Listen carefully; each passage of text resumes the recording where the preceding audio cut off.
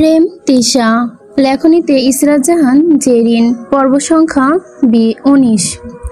তৃষা খাটের সঙ্গে বেঁধে রেখেছে প্রেম। কালো রঙের একটি হুডি পরা সে, তার কালো রঙের ডিভনে শুয়ে ফোনে গেম খেলছে সে। হঠাৎ তৃষা চেঁচিয়ে উঠল, জানোয়ার আপনি, আমি অনেক সহ্য করেছি, এবার আপনার ধ্বংস দেখব, নয়তো আমার নিজের। প্রেম মুহূর্তেই রাগিয়ে গেল, উঠে গেল, হাতের ফোনটা আছাড় মারতেই গুঁড়ো গুঁড়ো হয়ে গেল। ফ্লোরের দিকে উঠে এক ঝাটকায় তৃষার গাল চেপে ধরে বলল, বান্তির বাচ্চা, একটা কথা বলবি না? প্রত্যুষ তোর হাত ধরলে খুব আরাম লাগে, সে শরীর না ধরলে তোর শরীরে জ্বালা মেটে না। ফাউল কোথাকার, এই হাত যদি আজকে আমি কেটে কুত্তারে না খাওয়াই তৃষা। আপনার সমস্যা কি? হ্যাঁ, আপনার এত সমস্যা কিসের আমাকে খুলে বলেন তো। সমস্যা একটাই, আমার বাড়িতে সব নষ্টমী চলবে না। তুই এখন নেওয়াজ বাড়িতে আছিস, যতদিন এই বাড়িতে থাকবি তোর ঢলাঢলি চলবে না। আমার মাইন্ডে যে বিগড়ে ফেলেছিস তৃষা, তুই আন্দাজ করতে পারছিস? আমার দিকে তাকা, আমার দিকে তাকা তৃষা, দেখ প্রেম ভালো নেই, প্রেমকে তুই ভালো থাকতে দিচ্ছিস না, এর শাস্তি কি দেই তোকে? আপনি সাইকো প্রেম ভাই, আমি আপনার বিবাহিত বউ নই আর প্রেমিকাও নই। আমার ওপরে আপনার এত কিসের অধিকার খাটানো? আমার হাত যার মন চায় তাকে ধরবে, তাতে আপনার কি আসে যায়? অধিকার খাটানোর জন্য তোর মতো নোংরা মেয়েকে এমন প্রেম নেওয়া যে বিয়ে করতে হবে? রাস্তায় বের হলে তোর যে হাজার গুণ সুন্দরগুলো প্রেমে পড়েছে আমার, আর তুই তো আমার বালটা দেখতে। শালি, কথা বলবি না, একেবারে জানে মেরে ফেলবো। আমিও মারতে জানি, ছেড়ে আমিও আপনাকে দিব না। আপনি আমায় একবার আগুনে পোড়ালে আমি আপনাকে আগুনে ঘি ঢেলে শতবার পুড়িয়ে মারব। আমি অপেক্ষা করছি সোনা, দেখি তুমি কতখানি আমায় পোড়াতে পারো। আপনার প্রতি ঘৃণার পরিমাণটা কেবল এত তীব্র হচ্ছে কেন প্রেম ভাই? আপনার মতো মানুষগুলোকে ভালো ভাবাও আমার মতো মানুষের জন্য ভুল সিদ্ধান্ত। ও যাদের ছোঁয়া শরীরে লাগলে উতলায় চোখ বুজে আসে তাদের ভালো ভাবার সিদ্ধান্ত, তাই না? সুইটহার্ট, না না, তোমাকে সুইটহার্ট বললেও ভুল হবে, তুই হলি গিয়ে বিরাট হার্ট।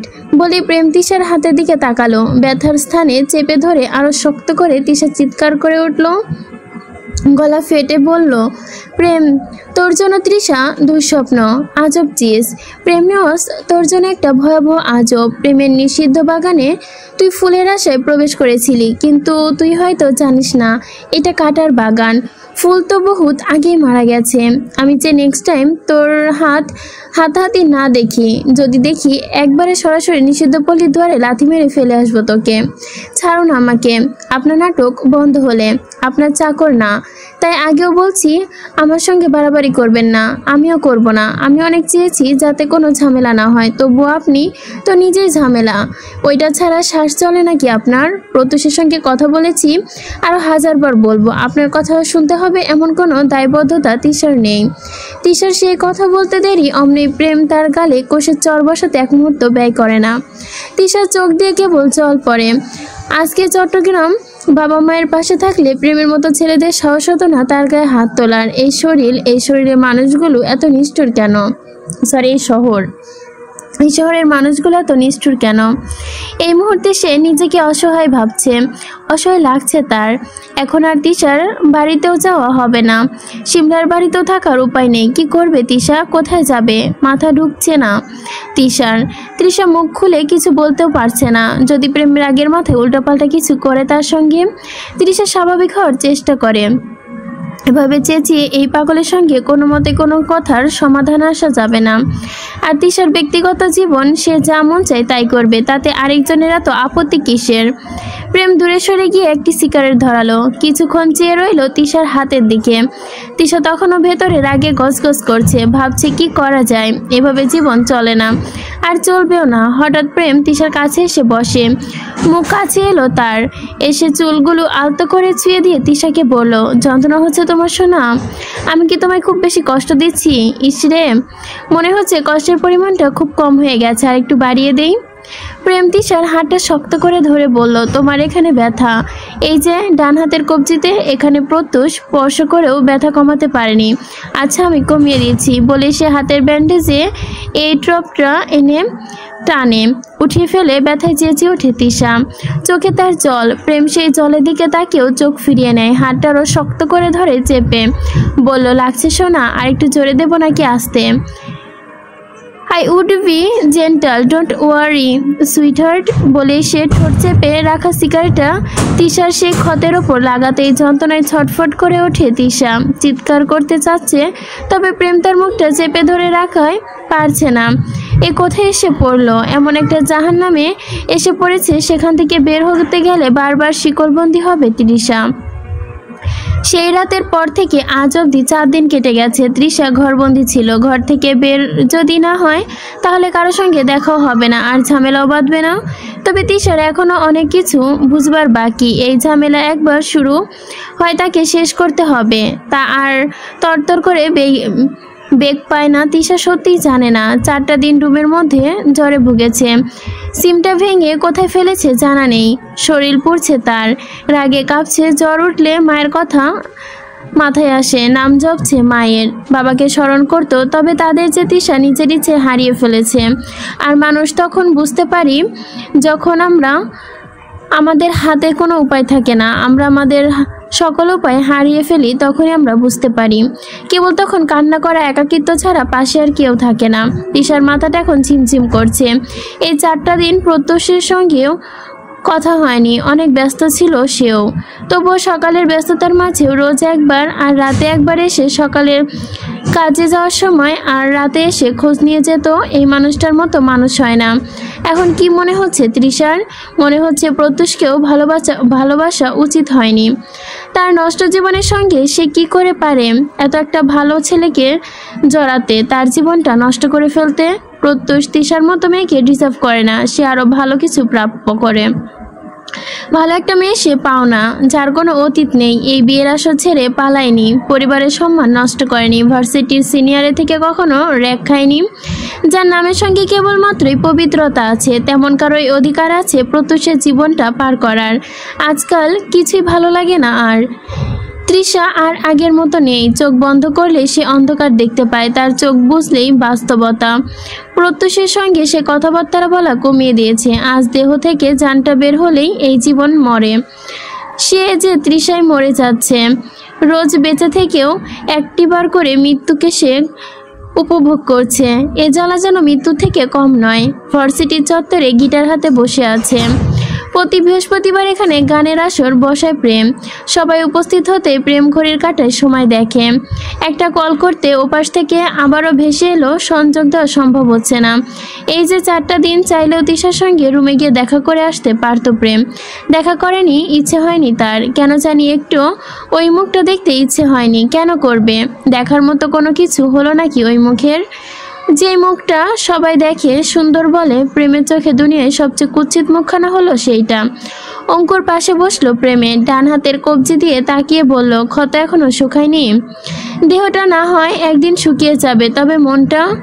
শোন ভাই প্রেম, মন যা বলছে করে ফেল। নিজের ওপর আঘাত দিয়ে লাভ কি? এই আঘাত প্রেমের প্রাপ্য ছিল। এখন অনেক সময় আছে প্রেম, তুই গানটা ধর, আমি তোর সঙ্গে সুর মেলাচ্ছি। প্রেম চারদিকে একবার তাকালো। এত খালি খালি কেন লাগছে তার? মনে হচ্ছে কি যেন একটা নেই। জেদ করে সে এই 4টা দিন তৃষার সঙ্গে দেখা করেনি সত্যি, কিন্তু অন্য কারণে। তৃষার হাতে সিগারেটে ছেঁকা দিয়েছে বলে, নাকি তাকে কষ্ট দিয়েছে বলে এই 4 দিন ওই মেয়ের সামনে দাঁড়ানোর ক্ষমতা হয়নি? নাকি প্রেমের ওপর ওই মেয়ের কি হয়েছে? কেন আসেনি? কেন কল ধরছে না? রুম থেকে বের হচ্ছে না? সকালে নাস্তা খেতে আসছে না? তা জানার ইচ্ছা নেই তার। প্রেম গিটারটা কোলে শক্ত করে তুলে নেয়। শিমলে এসে উপস্থিত হতে প্রেম তাকে জিজ্ঞেস করে, সে আজকেও আসেনি? না ভাইয়া, আজকে আমি বাসায় গিয়ে ওর সঙ্গে কথা বলবো। দরকার নেই। প্রেম ফোনের দিকে তাকিয়ে সময় দেখে, এবার গলায় ছাড়ল। সেই মাতাল করা তার গলা ছেদ করা সুর, বিরহের ধ্বনি বেরিয়ে এলো যেন। ভাদ্র মাসের আকাশেতে সাদা মেঘের ভেলা, কোথায় রইলা পান বন্ধুয়া রাখিয়া একেলা। ভাদ্র মাসের আকাশেতে সাদা মেঘের ভেলা, কোথায় রইলা পান বন্ধুয়া রাখিয়া একেলা। কষ্টে কানে দিন রজনী, বুকের ব্যথায় ঢেউরে, বন্ধু মনে রং লাগাইয়া পানে দিলা জ্বালারে। বাড়ির পাশে মধুমতি, প্রবল হাওয়া বয়রে, বন্ধুর মনে রং লাগাইয়া পানে দিলা জ্বালারে। বাড়ির পাশে মধুমতি। প্রেম সন্ধ্যায় তৃষার কাছে প্রেমা সন্ধ্যায় তৃষার কাছে পড়তে বসেছে। পড়া শেষ করে তৃষার কথায় কথায় প্রেমাকে জিজ্ঞেস করে, ওই দিন যে একটা ছেলে তোমার সাথে কথা বললো, ওইটা কে গো? নানা ভাইয়ের ডান হাত মোখলেস নানা আছে না, ওনার ছেলে মেহরাব আমাকে পছন্দ করে। পাবনা একটা কাজে পাঠিয়েছিলাম ওনাকে, কিন্তু সে প্রেমের টানে নাকি থাকতে পারলো না, চলে এলো। ছেলে তো ভালোই, তা জানি, কিন্তু আমার হিরো তো আছেই। প্রেম করো নাকি? না না, প্রেম করি না। তবে প্রেমকে করি। প্রেমকে করো মানে?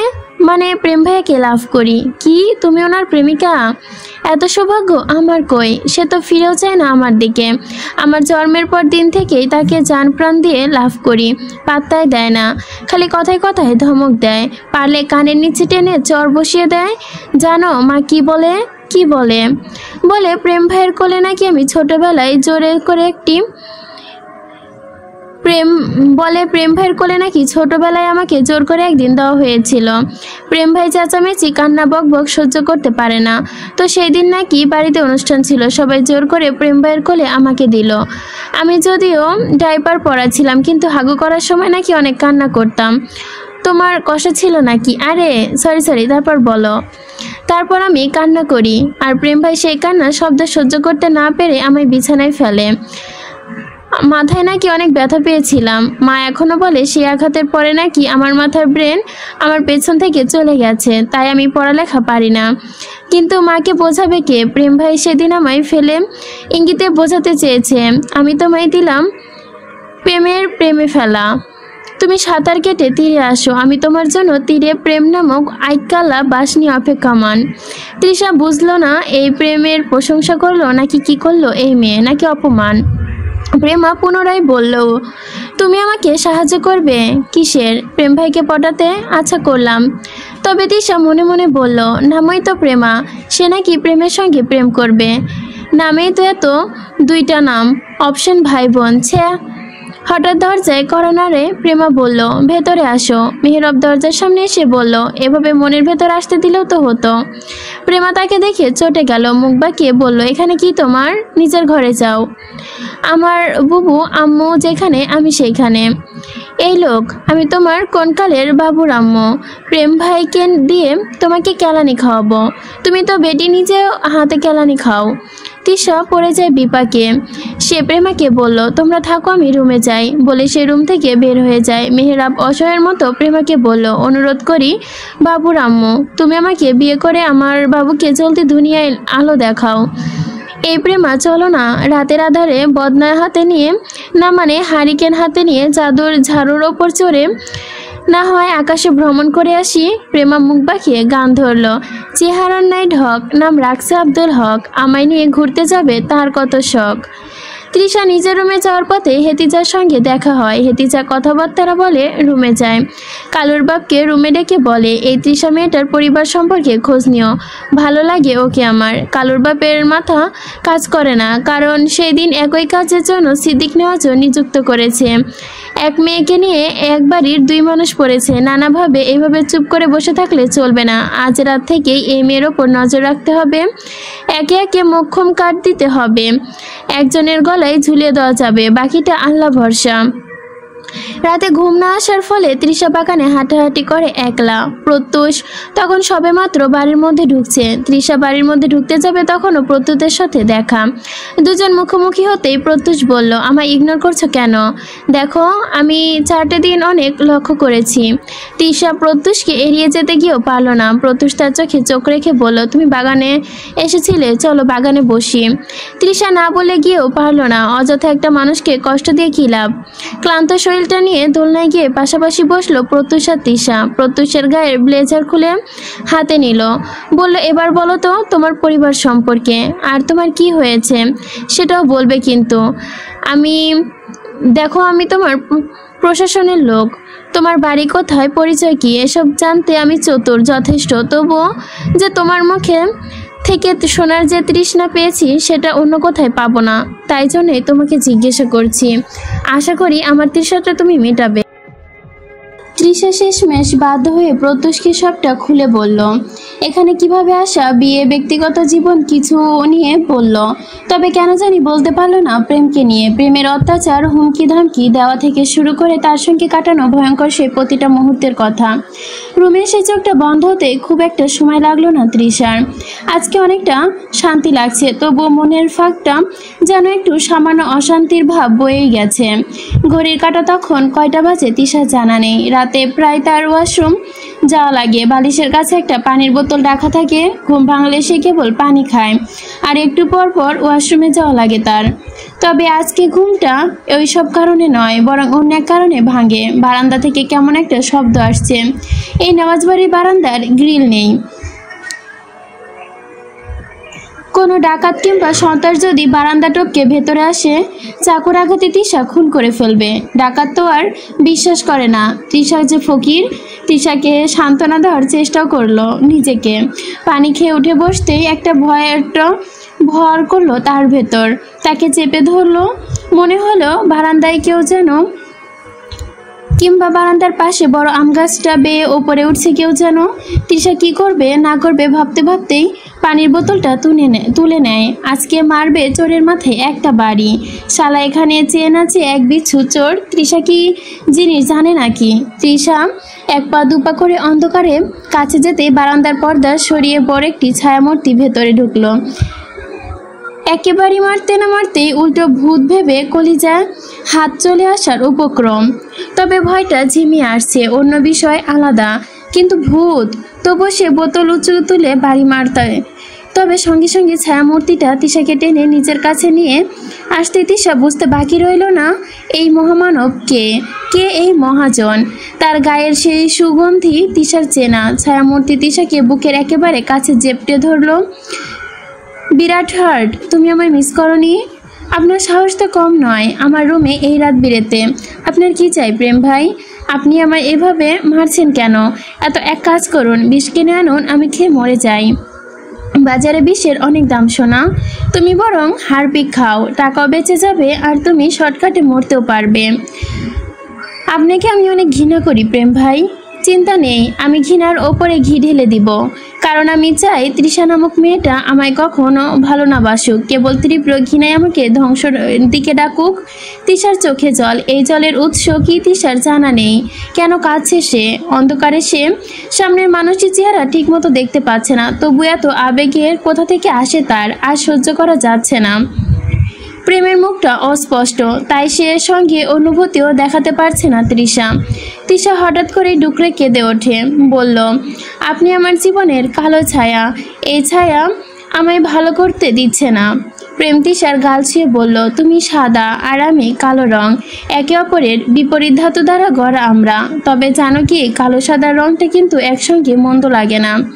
কি বোঝাতে চাইছেন আপনি, যেটা তুমি কখনো বুঝবে না শোনা?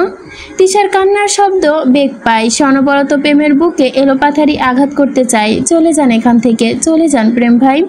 আপনার ভেতরে ন্যূনতম লজ্জা থাকলে আমার সামনে আর আসবেন না। আপনি আমায় ভাঙতে চেয়েছেন, আমি ভেঙে গেছি, আর নয়, চলে যান। তৃষা প্রেমকে ধাক্কা দেয়। অনবরত তার হাতে চলতেই থাকে।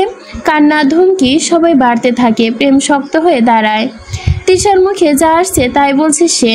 যখন মুখটা সহ শরীরটা ক্লান্ত হয়ে থেমে গেল, তখন নিজেই বলল, থাকুন আপনি এখানে, আমি চলে যাচ্ছি। তৃষা পেছন ফেরে পা ফেলতে এবার নিশ্চুপ হয়ে সবটা শুনতে পেল।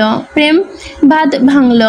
সে হাত বাড়িয়ে পেছন থেকে তৃষার ঘাটটা শক্ত করে ধরে তাকে নিজের কাছে এনে ঠোঁটে লাগিয়ে চুমু খেল। তৃষা জীবন্ত মুরগির মতো প্রেমের কাছ থেকে বাঁচার জন্য ছটফট করলো। তৃষা ডান হাত দিয়ে প্রেমের বুকে ঘুষি দিতেই প্রেম আরও শক্ত করে চেপে ধরলো তার দু হাত দিয়ে। হাতের মধ্যে দাগ বসে যাচ্ছে, তবে প্রেম ছাড়ছে না। প্রেম কিছুতেই ছাড়ছে না। পাক্কা গুনে গুনে সময় দেখলো। আর একটু হলে তৃষা মরে যাবে, ঠিক তখনই ছাড়লো প্রেম। তৃষা নিজেকে ছাড়িয়ে আঙ্গুল তুলে প্রেমকে শাসিয়ে কিছু বলতে যাবে, তার আগে প্রেম তার আঙ্গুল ধরে নিচে নামিয়ে বলল, বিরাট হাট কুল। আঙ্গুল বেশি ওপরে ওঠানোর দরকার নেই, কারণ সেই তো নামাতেই হবে এই প্রেমের কথাতেই। আর আমি চাই না তৃষানুজায়ান 4 আঙ্গুলে জীবন পার করুক। তৃষা ক্ষিপ্ত হয়ে বলল, আপনি কত বড় নির্লজ্জ, আপনি কি মানুষ? জানোয়ার, তুমি তো বললে। নইলে তো জানতাম না। তৃষা তেতে ওঠে, আরো কিছু বলতে যাবে, তার আগে প্রেম তার মুখ চেপে ধরে বলে, শালি তোর ভাতার লাগি না? এই যে এই রাত বিরেতে তুই রুমের মধ্যে সারের মতো চেঁচাবি, আর মহলার মানুষ সকালে এসে খুশি সংবাদ তোর কাছে থেকেই চাইবে। প্রেম মুখটা যেন ছেড়ে বারান্দার দিকে চায়। নিচে মই আছে, সে নিজের ঘরে চলে যাবে। তবে যাওয়ার আগে সে অন্ধকারে মুচকে এসে বলল, তোর ঠোঁটে সিল মেরে দেখ, আমি তোর ঠোঁটের সতীত্ব নষ্ট করে ফেলেছি। তোর তো বিরাট হাড়, আমায় ধন্যবাদ হিসেবে একটা চুমু উপহার দেওয়া উচিত ছিল। মহা হাড় কিপটে তুই মেয়ে।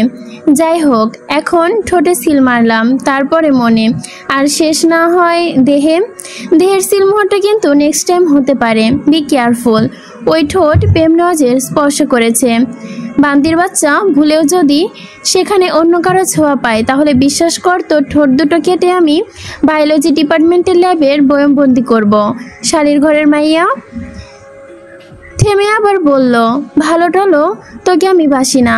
প্রেম আমার জীবনে নেই, আসবেও না। আর তোকে দেখলে আমার কোন ফিলটাও আসে না। আমি জাস্ট পরীক্ষা করে দেখলাম তোর ঠোঁটের ফ্লেভার কেমন। একেবারে চিরতরের মতো। ছ্যা, তোর স্বামীর কপালে মহা দুঃখ আছে বিরাট হাট। মার করে রাখ মাইন্ডে। তোর জাস্ট অসহ্যকর লাগবে আমায়। প্রেমে ভুলেও পড়বি না, পড়লে তোর চুলগুলো কেটে পোড়াবো। তৃষা হাত দিয়ে নিজেকে ইচ্ছে মতো হাত ঘষতে থাকলো ঠোঁটে। প্রেম ময়ে চড়তে তৃষা উপর থেকে মই নড়াতে শুরু করে। এভাবে আরেকটু করলেই প্রেম নির্ঘাত নিচে পড়বে আর কোমরটা যাবে। সে চেঁচিয়ে দাঁত পিষে মই দিয়ে নামতে নামতে বলে, বিরাট হাট, আমি উপরে আসলে কিন্তু পালানোর পথ খুঁজে পাবা না। তুমি অন্তত চাও না 10 মাস 10 দিনের একটা দীর্ঘ সফরে প্রেম তোমায় লাথি মেরে ফেলুক। তড়িঘড়ি করে তৃষা মই ছেড়ে ঘরের ভেতরে ঢুকে পড়ে। বারান্দার ঠাই গ্লাসটা লাগালো, তারপর ওয়াশরুমে গিয়ে ঘষে ঘষে মেজে ঠোঁট ধুতে লাগলো। শেষমেশ ভণ্ডামিখোর গেন্ডিখোর প্রেম নেওয়াজ তার ঠোঁট অপবিত্র করে দিল। তৃষার ভীষণ কান্না পাচ্ছে। হাতটার দিকে তাকাতেই লাল হয়ে গেছে। এত শক্ত করে কেউ কাউকে ধরে? মানুষের তো একটু দয়ময় বলতেও কিছু থাকে, এই লোকের নেই কেন? এত পাষাণ কেন এই মানুষ? ওই মইটার সঙ্গে প্রেম ভাইকে ফেললে জীবনে কষ্ট একটু কমতো। তৃষার মেজাজটা বেজায় খারাপ হচ্ছে, তার চেয়ে বেশি খারাপ পাচ্ছে লজ্জায়। জীবনে এখন পর্যন্ত কেউ তাকে চুমু দিল না, সেখানে এই লোকটা কেন দিবে? আর কেনই বা কোন অধিকারে? ভার্সিটি চত্বরে প্রেম অঙ্কুর সবাই মিলে তখন আড্ডায় মশগুল। সকাল থেকে তৃষা নজরে এলো না। আসলে তৃষা নিজেই প্রেমের মুখোমুখি হওয়ার সাহস খুঁজে পায়নি। তবে কেমন করে ঠোঁটে বিরাট এক সিল মেরে দিয়ে গেছে ওই লোক, কেমন যে দাগ বসে গেছে। এসব নিয়ে কি তার সামনে যাওয়া যাবে নাকি? ভরসা নেই তো। যদি আবার অঘটন ঘটিয়ে ফেলে, তবে তৃষা ভালো করেই জানে বজ্জাত হাইব্রিড করলা নিশ্চয়ই তাকে খুঁজে বের করবেও। খুঁজে বের করার আগে কিছু একটা করবে তৃষার মাথায় বিচক্ষণ একটা বুদ্ধি এলো। ভাবতে না ভাবতেই সে ব্যাগ থেকে কাগজ কলম বের করতে লাগলো। বড় বড় করে লিখলো, প্রিয় গণ্যমান্য ঠোঁট ধর্ষণকারী আমার সিনিয়র মহাশয়, পত্রের শুরুতে জানাই আপনাকে বেগুনি রঙের সালাম। আসসালামু আলাইকুম। আজকে আমি বিশেষ কোষ্ঠকাঠিন্যের কারণে ভার্সিটিতে আসতে পারিনি, তাই খামে ভরে আপনার জন্য সালাম পাঠিয়ে দিলাম। অন্যের ঠোঁট না খেয়ে দয়া করে সালাম খেয়ে পেট ভরবেন। ইতি ভার্সিটির সবচেয়ে সুন্দরী মেয়ে তৃষা, আপনার অত্যাচারে জর্জরিত জুনিয়র। চিরকুট পাঠাতে এক মেয়েকে ঘুষ দিল, তাও যেন তেন ঘুষ না, একেবারে প্রেমের ঘুষ। আসলে এই মেয়েটা প্রেমকে পছন্দ করে। এই প্রেমটা প্রায় সেই তৃষার সঙ্গে দেখাতো, তাই সে জিজ্ঞেস করেছিল, তুমি কি প্রেম ভাইয়ের প্রেমিকা হও? তৃষা মনে মনে বুক ভেঙচি কাটলো। সেদিনের মাথায় তার শয়তানি বুদ্ধি চেপেছিল। সে বড় মুখ খুলে মেয়েটিকে বলেছিল, আরে সব প্রেম ভাইয়ের ভালোবাসা কেন করব? তবে মেয়ে আমি কিন্তু প্রেম ভাইয়ের কাছের মানুষ। আসল কথা কি জানো, আমার ডান হাত ওই প্রেম ভাই। দেখো না, খালি ক্লাস থেকে নিয়ে যায়, যাবেই বা না কেন, তার যে কোনো বুদ্ধি কিংবা পরিকল্পনা। আমি কিন্তু অসম্পূর্ণ, আমার থেকে তো মোটামুটি বুদ্ধি নেয়, নইলে কিভাবে চলতে পারতো। এসব অনেক ভালোর কথা, বুঝতে পারছো? সবাই আমরা বলি না, তোমার ভালো লাগার বিধায় বললাম। আমি চাই না প্রেম ভাইয়ের আসল খবর কেউ জানুক। বুঝোই তো, মনটা আমার একটু বেশি ভালো। অন্যের উপকার আমি করতে ভালোবাসি, অপকার আবার আমার সহ্য হয় না। কথায় কথায় মেয়েটা থেকে জানতে পারলো প্রেমকে সে পছন্দ করে। তিশাও সুযোগ নিয়ে বসলো। তুমি চাইলে কিন্তু প্রেম ভাইয়ের সঙ্গে আমি তোমার একটা লাইন ফাইল করে দিতে পারি। দেবো নাকি? আমার আবার অনেক পাওয়ার। প্রেম ভাই আমার কথা শুনে উঠে বসে। মেয়েটি খুশি হয়ে তখন কে দেখে। সেদিনের পর থেকে প্রেমের কথা বলে তৃষা মোটামুটি ভালোই সুবিধা লুটেছে ওই মেয়ের থেকে। এই মেয়ে ক্লাসের সকল নোটস, ক্যান্টিনের খাবার আনা, পাড়ার কাকিমাদের মতো কোন ডিপার্টমেন্টে কী চলছে সব খবর জোগাড় করে সবই এই মেয়ে তৃষাকে দেয়। বিনিময়ে আবার প্রেমের নাম করে ভুকি চুরি করে লেটার লেখে এই মেয়েকে দিতে হয়েছে। ওমা, এসব না করলে হাতে রাখতে পারবে বুঝি, বলদ মেয়ে একটা। তবে তৃষা এসব করছে প্রেম ভাইকে অগোচরে। যদি ঘুণাক্ষরে এই খবর প্রেম ভাইয়ের কানে যায়, তবে নিশ্চিত দফার মন্দা গাছের বাড়ি তৃষার পিঠে তালের মতোই পড়বে থপ থপ করে। কিংবা গরম গরম ডিম থেরাপিও দিতে পারে। থাক বাবা, সেই সুপরিকল্পিত চক্রের মধ্যে তৃষা সবটা সাজিয়ে জীবন ধরা খাবে না, এতটা ভরসা নিজের ওপর আছে তার। তৃষা আজকে ক্লাসে যায়নি, এখানে সেখানে বসে আড্ডা দিয়েছে। ক্লাসে গেলে তো প্রেম ভাই গালে একটা চর বসে কুত্তার মতো টেনে বাইরে নিয়ে আসবে। হাইব্রিড করলা আর পারে কি? তৃষা মেয়েটাকে চিপিয়ে ডেকে ভাঁজ করে চিরকুটটা হাতের মুঠোয় দিয়ে বলে, এটা প্রেম ভাইয়াকে দিবে। আর কতকাল প্রেম ভাই শুধু তোমাকে চিঠি দিয়ে যাবে। তোমারও তো উচিত তাকে 2-4টা চিঠি লিখে পাঠানো। মেয়েটা সে চিরকুট খুলে পড়তে গেলে তৃষা চটজলদি বলে, আরে বোকা মেয়ে, এই চিরকুটের মধ্যে কবিরাজি ফু দেওয়া আছে। এটা কেউ খুলে ফেললে কাজ করবে না, এটা সরাসরি প্রেম ভাইকে দিয়ে দিবে এক দৌড়। সেখানে দাঁড়িয়ে থাকলে কিন্তু এই চিরকুট কাজ করবে না। সেই হিমালয় পর্বতের পাশে অবস্থিত বান্দরবন পাহাড়ে বসবাস করা হুঙ্কার চুলুবার বাবার বিশেষ টোটকা আছে এতে। এবার দেখো, প্রেম ভাই তোমার জন্য পাগল হয়ে গেছে, আর তোমার বিয়ে তো পাক্কা শিওর। সুখী হও, ধন্যবাদ দিয়ে আমাকে ডুবিয়ে দিও না। সদা মারা খাও না, মানে খুশি হও। মেয়েটা নাচতে নাচতে সেই চিরকুট নিয়ে হাজির হয় প্রেমের কাছে। তৃষা তার বিষয়ে কিছু বলতে নিষেধ করেছিল, কিন্তু প্রেম ভাইকে দেখলেও তো ভয় লাগে। কাছে গেলে যদি চড়থাপ্পড় কিছু একটা গালে বসিয়ে দেয়। মেয়েটি কি করে ভাবতেই চিরকুটটা ডলামলা করে প্রেমের সামনে গিয়ে দিয়ে যাওয়ার সময় ফেলে গেল। এভাবে ফেলে কে দিল না দিল দেখতে পারলো না। ভয়ের কোনো আশঙ্কা নেই, আবার টোটকাও কাজ করে যাবে। প্রেম ভাই তখন ছেলেপেলের সঙ্গে আড্ডা দিতে ব্যস্ত, মাথাটা গরম হয়ে আছে। তৃষা এমনিতে আজকে ক্লাসে পায়নি। এই মেয়ে ইচ্ছে করেই গাছের সঙ্গে উল্টো করে ঝুলে উধম কেলানি দিতে। মেয়েটি প্রেমের সামনে গিয়ে দিয়ে যাওয়ার সময় এমন ভঙ্গিমা করে কাগজটা ফেললো যে কিছুই করেনি। তবে সে যাওয়ার আগে বিষয়টা প্রেম লক্ষ্য করলো। পেছন থেকে মেয়েটাকে ডাকতে শরীর যেন কেঁপে উঠলো তার। ওমা, মন তো কাজ করেছে নাকি এত জলদি? মেয়ে পেছনে ফিরে প্রেম বলল, এই মেয়ে, সিনিয়রের সামনে দিয়ে কাটওয়ার্ক করে গরুর মতো করে হেঁটে যাচ্ছ কেন? সালাম দিতে জানো না? আর ময়লা আবর্জনা এখানে ফেলো কেন? তুমি নিজে একটা ডাস্টবিন, নিজের ওপরে ফেলো। মেয়েটা জলদি সালাম দিল। কাগজ হাতে তুলে চলে যেতে আগেই প্রেম বলল, দেখি কাগজটা দাও। না থাক ভাইয়া, আমি ফেলে দিচ্ছি। প্রেম ভুরু কুচকে মেয়েটিকে ধমক দিয়ে বলল, তুই কাগজ দিবি নাকি ড্রেনের পানি তুলে এনে সবার সামনে এই কাগজ তোকে গিলাবো?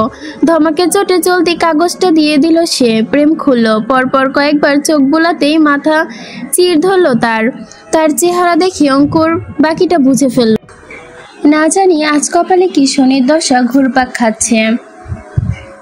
এই তৃষা মেয়েটাও না। তবুও প্রেম শান্ত গলায় মেয়েটিকে বলল, তৃষা কই? সে তো আসেনি। সত্যি তো?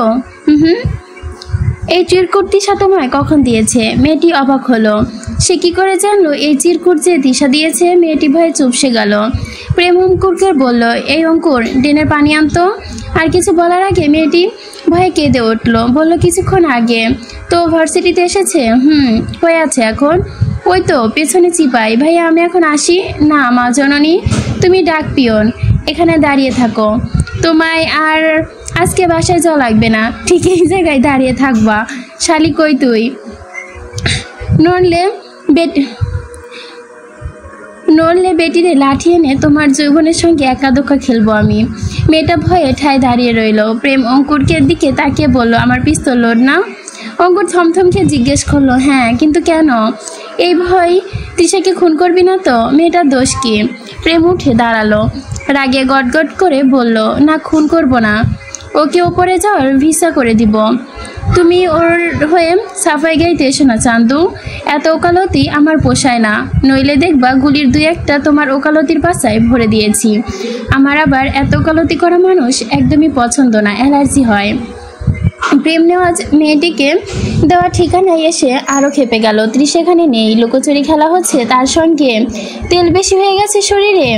এই তেল প্রেম বের করতে এক মুহূর্ত সময় নেবে না। কিন্তু পেয়েছে কি ওই মেয়ে? চিঠি পাঠিয়ে তাকে সরাসরি এমন ভাবে ধর্ষক বলা। একবার খুঁজে পাক ধর্ষক কি জিনিস, তাকে বোঝাবে। প্রেম একটু রিল্যাক্স হওয়ার জন্য বাগানের ফাঁকা অংশের দিকে যায়। অনেক দিন ধরে দূরে কোথাও যাওয়া হচ্ছে না, আর ফটোগ্রাফিও করা হচ্ছে না। যাবে নাকি একবার কুয়াকাটা কিংবা সুন্দরবন? ভাবতে ভাবতে এগিয়ে যায় প্রেম। একটা সিগারেট ধয় এগোতে হঠাৎ একটি মেয়ের হাসাহাসি শব্দ কানে আসে। একই সঙ্গে যেন কাকের মতো কর্কশ গলায় কী সব কা কা করছে, হঠাৎ গান গাইছে।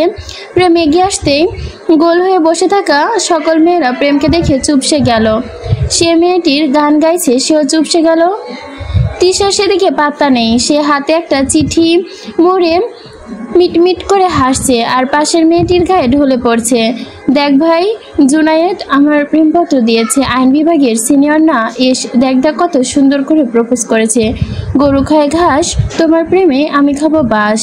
তোমায় দেখলে আমার চলে আসে কাশি, ওগো আমার সুন্দরী, আমি তোমায় বড্ড ভালোবাসি। এই চিঠি পড়ে তৃষার কি লজ্জা যে লাগছে। হঠাৎ করে পেছন থেকে কেউ একজনের গলা ছেড়ে খক খক করতেই তৃষা বিরক্ত হয়ে বলল, আরে কোন আকিস বিড়িখোর যক্ষা রোগীর মতো কাশছে। বলেই পেছনে ফিরে বড় মুখটা তার ছোট হয়ে গেছে। কাপা গলায় বলে, আরে বাবা প্রেম ভাই আপনি? তৃষা জলদি চিঠি লুকিয়ে ফেলল। প্রেম বিষয়টা দেখলো না, কেবল বলল, গোল হয়ে বসে সবাই ভণ্ড ডান্ডি খাচ্ছ নাকি? আচ্ছা, যেমন চাই করো, কিন্তু এই তৃষা তুমি আসো তো। আমি কেন? সিনিয়রদের প্রশ্ন করতে নেই কাম। প্রেম তৃষার হাত ধরে উঠায়, সাইডে নিয়ে গিয়ে জিজ্ঞেস করলো, তো কোন সাইজ সহ্য করতে পারবে? মানে মান্দার গাছের দিয়ে দুগা পিঠে বসিয়ে ডিজাইন করব। তো কোন সাইজের গাছ দিলে ডিজাইন সহ্য করতে পারবে? কেন প্রেম ভাই? থানায় কিন্তু মামলা করব। কি বলবে?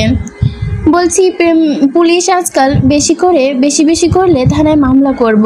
কি করব না করব সেটা আপনাকে বলে করব নাকি? কে কোথায় কখন কার নামে কি মামলা করবে সবই আমি জানি। আমি বয়রা না, চলো আমার সঙ্গে। প্রেম তৃষার হাত ধরে তাকে টেনে সাথে নিয়ে যায়। তৃষা চেঁচিয়ে উঠল, ভাই ছাড়েন, ইমার্জেন্সি বাথরুমে যেতে হবে। ভাই নইলে সর্বনাশ হয়ে যাবে, প্রয়োজনে ডাইপার এনে দেব। তবু আজকে বাঁচার পথ নেই তোমার তৃষা। তৃষা গাল ধরে বসে আছে। যে মেয়েটাকে দিয়ে টোটকা চিঠি পাঠিয়েছিল তারও একই অবস্থা। প্রেম ভাই গালে এক হাত মার্কা বসিয়ে দিয়েছে, যে মনে হচ্ছে চাপার দাঁত এদিক থেকে ওদিক হয়ে গেছে। অকালে সব পড়ে যাওয়ার মোক্ষম ব্যবস্থা হয়েছে এমন। তৃষা দীর্ঘক্ষণ শাস্তি হলো। তার মুখে কোনো দাগ পড়তে গেলেই একই সঙ্গে কানটা টেনে প্রেম ভাই লম্বা করে দিয়েছে। রাগের মাথায় কে আবার প্রেম ভাইয়ের কান ধরে টানতে গিয়েছিল। আরো 2-4টা চর থাপড়। না, এখন মনে হচ্ছে মার সহ্য করার ক্ষমতা আজকাল ভালোই হয়েছে তার। এভাবে চললেই গিনিস বুকে সিরিয়াসে মার সহ্য করার বিশেষ ক্ষমতা তার মধ্যে চলে আসবে, পুরস্কার সেও প্রাপ্ত হবে।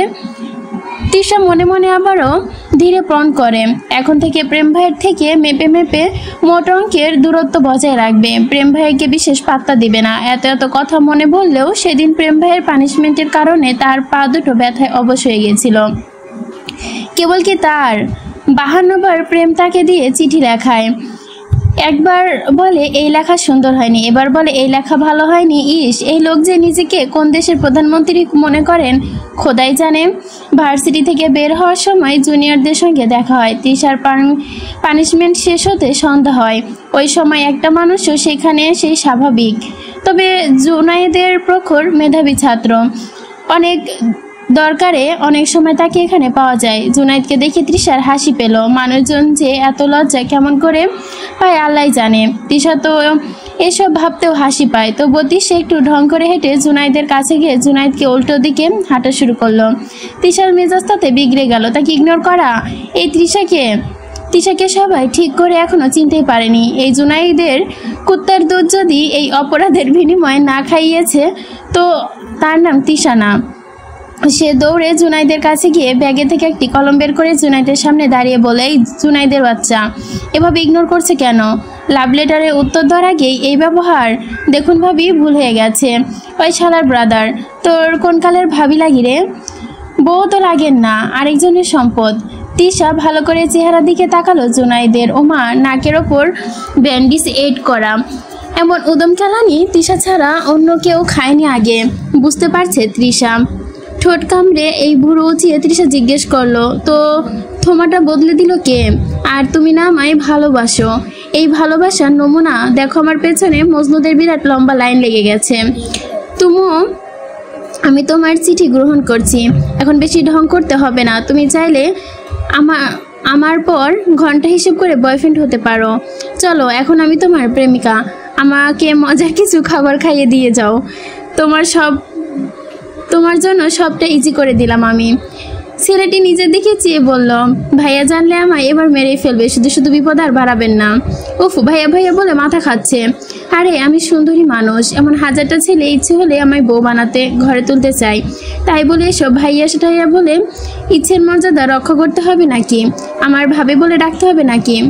ছেলেটা কিছু বলতে গিয়ে চুপসে যায়। ভয়ে আবার আতকে গলা শুকিয়ে ওঠে তার। তৃষা বুঝতে পারে তার পেছনের দিকে তাকিয়েছে জুনায়েদ। সে পেছনে ফিরে দেখলো প্রেম ভাই জিন্স প্যান্টের পকেটে হাত ভাঁজ করে দাঁড়িয়ে আছে, গুরুতম ভাব নিয়ে দাঁড়িয়ে আছে, শার্টের বোতাম খুলে কোনোই অবধি গুটিয়ে রেখেছে। কি ড্যাশিং লাগছে তাকে। তৃষা কিছু বলার আগে জুনায়েদ প্রেমকে সালাম দিল। জুনায়েদ কিছু বলতে যাবে তার আগে প্রেম তাকে চোখের ইশারা রাখতেই সে বান্ধা এক ছুটে দৌড় দিল। তৃষা এগিয়ে গেল প্রেমের দিকে, সরু চোখে তাকিয়ে বুড়ো কোচকে কোমরে হাত রেখে ঢং করে বলল, এই যে হাইব্রিড না মানে হ্যান্ডসাম প্রেম ভাই, আপনি কি জুনায়েদকে কেলানি দিয়েছেন?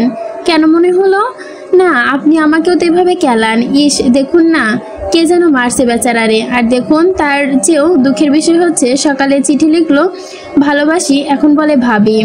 হয়তো সে আমাকে ভালো না বরং ভালোবাসে। সত্যি করে বলুন তো, এসবে আপনার হাত নেই? হাত কেন, আমার পাও সেখানে নেই। আপনি কিছু করেননি তো? আমি বাদরমুখী হলেও কিছু না, বরং অনেক কিছুই করলাম। এত বাঁকা বাঁকা কথা কেন? কারণ সোজা সোজা কথায় মন ভিজে না। তৃষা মুখ ভেঙচি কাটলো। এই পুরুষ তো তর্কে বিজোস, অনেক কিছু শিখতে হবে এর থেকে। সে প্রেমের প্যান্টের দিকে তাকিয়ে দেখলো তাতে ছেঁড়া ফাটা ডিজাইন করা। তৃষার হাসি পেল এতে। সে এসে বলল, ওমা প্রেম ভাই, আপনার প্যান্টে কি ফুটো, সব দেখে ফেলছি কিন্তু। প্রেমের বিরক্তিভাব বেড়ে গেল। সে তৃষার হাতটা ধরে তৃষা চেঁচিয়ে উঠল, আরে কই নিয়ে যাচ্ছেন? ও ভালোই তো, গাড়ি ভাড়া বেঁচে যাবে। জলদি চলো, তোমাকে ভালো করে দেখাতে হবে না? একটু দেখে কি মন ভরে? তৃষা পিটপিট করে চেয়ে বলল, কি দেখাবেন? ওই যে পেন্টে যেটা লো কোয়ালিটি জুম করে দেখছিলেন, ওইটা ফর্মালি দেখাবো। তৃষার চোখগুলো যেন বড় হতেই প্রেম ভাবলো মেয়েটা বুঝি এখন লজ্জায় কান্নাকাটি শুরু করবে। ওমা, তার ভাবনা গুলি দিয়ে তৃষা 32 পাটি দাঁত বের করে বলল, জলদি চলুন প্রেম ভাই, আমিও ভিডিও বানিয়ে টিকটকে আপলোড করে ভাইরাল হয়ে যাব। তৃষার বাবা তখন কেবল বাইরে থেকে ফিরেছে। আসার সময় তৃষার পছন্দের চিকেন ফ্রাই ও সিপি নিয়ে এসেছে। রুমে ঢুকে চেঁচিয়ে উঠল, কিরে তৃষা, তোর চিকেন ফ্রাই এনেছি। তখন মেয়ে রুমে ঢুকে এক মুহূর্তের জন্য স্তব্ধ হয়ে রইলেন তরিকুল কাজী। মনে পড়ে গেল তার মেয়ে আর তার নেই। কতদিন কেটে গেল বাড়ি ছাড়া সে। এক মুহূর্তের জন্য তনিমা আর তৈমুর মুখ চুপসে গেল। একই চিকেন ফ্রাই নিয়ে এসে তার বোনের সঙ্গে ঝগড়া করতে কত। কেবল এইটুকু ভাবতেই পরাণ যেন পুড়ে খাওয়া হয়ে গেল। তৃষা চলে তো গেছে, সঙ্গে রেখে গেছে এই বাড়িতে সকল সুখ। কেবল দেখে গেছে মায়া নামক অক্ষরের এক শব্দ, যা ঠিক মতো ঘুমাতে দেয় না এই মানুষগুলোকে। ফ্যানের নিচে বসে তনিমা তাকে লেবুর শরবত এনে দিলেন, পাশে বসতে বললেন। এমপি যুবরাজ পরে আরো কিছু বলেছে? না। তুমি আর কতদিন অভিমান করে থাকবে গো? এবার একটা ব্যবস্থা করো না। জানো তো আমার মেয়েটা কত অগোছালো। এই হাত একটু একটু করে যত্ন করে মেয়েটিকে মানুষ করেছি। ওর কিছু হয়ে গেলে না তুমি নিজে ক্ষমা করতে পারবে, আর না আমি নিজেকে। সন্তান তো ভুল করবেই, তাই বলে ক্ষমা করবে না? খোদা পাপীদেরও ক্ষমা করেন। সেখানে তিশা আমাদের সন্তান, তিশা আমাদের জীবনের সব। তিশার আব্বু মেয়েটাকে আমার থেকে তুমি বেশি আদর করেছ। মাথায় রাখনি কোণে খাবে বলে, জমিনে রাখনি পিঁপড়ায় ধরবে বলে। আজ সেই মেয়েকে কই আছে জানি না আমরা। আজ মাঝরাতে এখনো তৃষা ঠিক করে ঘুমায় কি না জানি না। ঘুমের মাঝে মেয়েটার চুলে হাত বুলিয়ে না দিলে তুমি কেমন করতে মনে আছে? কেমনে ভালো করে আছো বলো? তৃষার মা ওর নাই মুখ লুকিয়ে কাঁদে, তৈমুরের চোখে জল। সেও পারছে না। বাবা বলছে তুমি বোনকে না খুঁজলে এবার আমি নিজেই খুঁজতে বেরিয়ে যাব। আমিও বোনের মতো হারিয়ে যাব, আমাকেও পাবে না। তৃষার বাবা জবাব দিলেন না, জবাব নেই তার। তবে বুকটা বোধ হয় তারও ভেতরে ভেতরে ফাটছে। তার ঘরের আলোটা আজ বহুদিন ঘরে নেই। অন্ধকারে থাকতে কি তার অনেক কষ্ট হয় না? হয়তো। সে কষ্ট মুখে ফুটে একবার যদি বলতে পারত। যুবরাজ সরকারের মিটিং ছিল। বাসার উদ্দেশ্যে রওনা হতে না হতেই রাত হয়। বাইরে তখন ব্যবসা গরম। যুবরাজের মুজিব কোটটা খুলে রাফসানের কাছে দিয়েছে, তবে গাড়ির এসির বাতাসে গরম কমছে না। সাদা পাঞ্জাবিটা খুলে ফেলবে নাকি সরাসরি এমন বিচলিত হাতে দেখে রাফসান তাকে জিজ্ঞেস করলেন, ঠান্ডা কিছু এনে দিব নাকি? তাতে গলা ঠান্ডা হবে, দেহ না। দেহটা ঠান্ডা করতে গোসল ছাড়া আপাতত মাথায় কিছু আসছে না। আসছে। তবে তার আগে চলো রাজনীতিবিদী ফাহাদ শেখের বাড়ি। শুনেছি তার মেয়েটা নাকি জবরদস্ত। দেখি আমাদের ঠান্ডা করতে পারে কিনা। ও মা স্যার, আপনি দেহ ব্যবসা কবে থেকে নামে গেলেন? হ্যাঁ, শুধু তোমায় দিয়ে করি গবেট বলে ভাবলেশীনভাবে রাফসানের দিকে তাকাতেই সে সিটকে দূরে সরে গেল। এই ভাই, এমন কথা বলবেন না। তিশা ম্যাডামকে খুঁজে পেলে নালিশ করব কিন্তু। যুবরাজ মুখ ভর্তি বিরক্ত নিয়ে বলল, তোমার তিশা ম্যাডামের গোষ্ঠী টুট। আকাশ কালো মখমলের মতো বিস্তৃত হয়ে আছে। তারাগুলো ছোট ছোট প্রদীপের মতো জ্বলজ্বল করছে। চাঁদ আর আলোয় নিস্তব্ধ জোনাকি অপার্থিব আবেশে ডুবিয়ে রেখেছে চারপাশ। পাশেই বুড়িগঙ্গা। কালো নদীর কালো জলে চাঁদের আলো মোহনীয় করছে। রাস্তাঘাট তখন প্রায় ফাঁকা। কোথাও কোথাও হালকা বাতাসে শুকনো পাতার খড়খড় শব্দ, কোথায় আবার দেরি করে ফেরা মানুষের পায়ের শব্দ ভেসে আসছে। ঘরবাড়ি অন্ধকারে নিবদ্ধ, শুধু মাঝে মাঝে কোনো জানালা ফাঁক দিয়ে আলো উকি দেয়। তিশা দুপাশে দুটো কোল বালিশ, পায়ের ওপর একটা। সে বালিশে ছেড়ে উল্টো হয়ে শুয়ে আছে। সে পা দুটো উঠিয়ে রেখেছে হেডবোর্ডের ওপরে। পাগুলো আস্তার ব্যথা করছে। স্বপ্নের মধ্যে তিশা ঝাড়ু আর জুতা দিয়ে প্রেমকে ধরে থেরাপি দিয়েছে।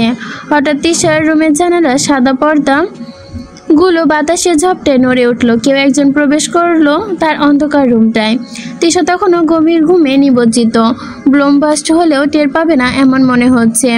লোকটার গায়ে কালো রঙের একটা হুডি। সে অন্ধকারে তিশার পাশে এসে দাঁড়ালো। সামান্য ঝুঁকে তার চুলগুলোতে হাত বুলালো আলতো হাতে। হঠাৎ চোখ গেল তিশার পেটের দিকে। স্কার্ট ওপরে উঠে গেছে, অনেকটাই ওপরে। পাগুলো উন্মুক্ত। সে টি শার্টটা গায়ের ওপর থেকে অনেকটা ওপরে নিয়েছে। বারান্দার পর্দা দেওয়া নেই। চাঁদের আলো ভেতরে প্রবেশ করতে লোকটার হাতে একটা ইঞ্জেকশন। সেই ইঞ্জেকশনটা হাতে নিয়ে তিশার পাশে একেবারে মৃদু কণ্ঠে গুনগুন করে বলল একটি গান, প্রেম আমার ও প্রেম আমার। চোখে তার তৃষ্ণা। তিশার পেটের দিকে রেখেই হঠাৎ করে গান বন্ধ হয়ে গেল। সে কিছুক্ষণ সেখানেই চোখ স্থির করে আবারও আলতো হাতে পেটের কাছ থেকে টি শার্টটা আরো খানিকটা ওপরে তুলে দিল। আলতো হাত করেই ঝুঁকে নিল, ছুঁয়ে দিল উষ্ঠ। তিশা নড়ে চড়ে উঠল, তবে সে উষ্ণ উষ্ঠের পরশ অবিলম্ব থেকে সরাতে পারল না বোধহয়। উষ্ণ ঠোঁটের স্পর্শটা স্থির হতে পারল না।